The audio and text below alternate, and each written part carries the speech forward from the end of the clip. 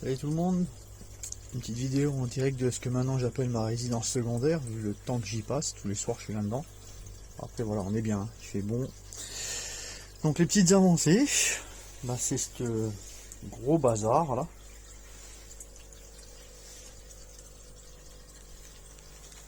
Voilà, qui fait tout le tour.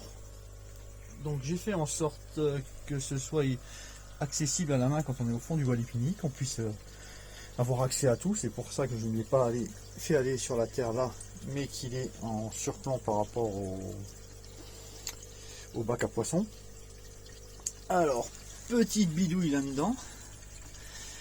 Donc là, c'est un joint passe-paroi de 26, si je dis pas de bêtises. Quelque chose dans le genre. Avec ici une petite bague que je peux régler et avec laquelle je vais gérer la hauteur d'eau qu'il y a à l'intérieur du tube. Donc c'est pas dur, hein. J'ai tourné tout autour avec du téflon jusqu'à avoir le bon diamètre et après j'ai vissé un peu en force ce tuyau là qui est d'un diamètre supérieur et ça marche pas trop mal. Donc hop, j'étais en équilibriste pour vous montrer ce truc là. Pour l'instant le système là n'est pas couplé encore avec le bac. L'eau tombe sur un bac que j'ai mis ici provisoirement, que j'essaierai peut-être, je sais pas, je peux faire une petite partie sabloponie à cet endroit là, on verra bien. Mais pour l'instant je ne l'ai pas mis en route. Pourquoi? Deux raisons. J'ai utilisé une colle alimentaire, mais j'ai toujours un peu peur vis-à-vis des poissons, parce qu'une fois j'ai eu plus de 200 gardons qui sont morts comme ça. Et ensuite, pour faire mes premiers essais, je veux pas coupler si ça fuit ou quoi, ok. Je vous avais parlé dernièrement de ce que j'allais mettre à l'entrée. Et ben voilà, c'est fait. Donc le bac est terminé. Il fait à peu près entre 260 et 280 litres. J'ai cherché dans des magasins tout autour de chez moi des passe-parois, j'ai pas trouvé, donc je me suis bricolé un truc. J'espère que ça va pas fuir. Donc voilà le système. Ça déborde et ça part dans mon fameux tuyau qui fait tout le tour. Donc à terme, j'ai prévu de coupler ce nouveau système à mes évacuations. Parce que ce système là, franchement, c'est pas terrible. Je ne sais plus le nom de l'utilisateur qui avait dit que c'était une usine à gaz, mon truc. Il a pas tort, c'est une usine à gaz. Et là, je vois déjà une première fuite. Une deuxième fuite là-bas.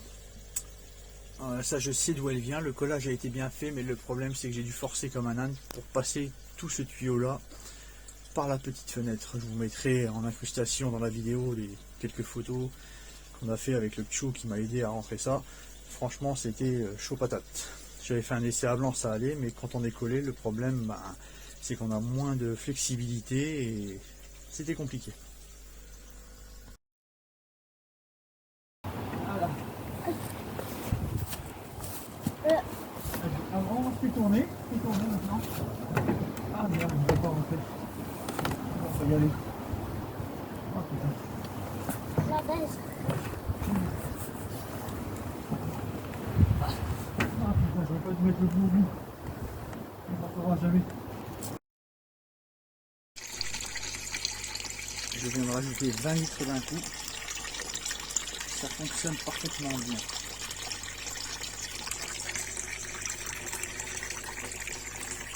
Sachant que j'avais calculé qu'en moyenne les tuyaux pouvaient contenir jusqu'à 30 litres. Donc je suis tranquille de ce point de vue là. Même s'il y a des grosses variations. Si je fais du, je sais pas, une plante qui tombe dedans, ou peu importe quoi, le système peut accuser le coup, ça tamponnera. Mais cette fuite m'agace, j'ai mis du scotch mais c'est pas ça. Il va falloir que je reprenne le truc. La vague est remontée, plus une goutte d'eau ne coule.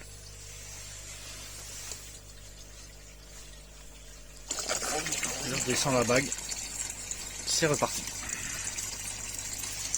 Donc là, je suis vraiment content de ce petit système qui marche très bien. Hop là. En sachant que de l'autre côté, ça continue doucement de couler. J'ai même été comme un bourrin parce que j'ai balancé vraiment les deux arrosoirs d'un coup dedans. Ça gicle un peu par là. On voit, tout est de niveau et le niveau d'eau se maintient partout à la même hauteur.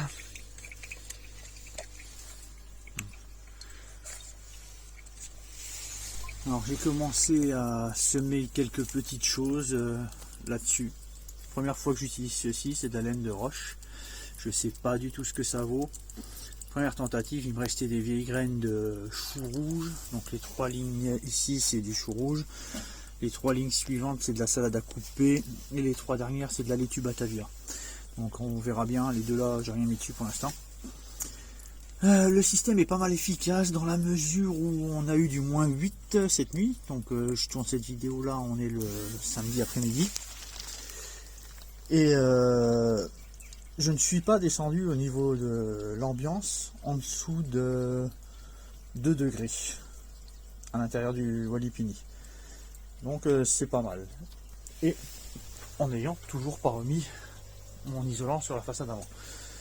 Donc cette telle masse d'eau qu'il y a à l'intérieur permet une inertie thermique encore meilleure. Voilà, les truites sont très bien, plus aucune perte à déplorer. Elles se nourrissent bien, elles sont contentes. L'eau est fraîche pour l'instant.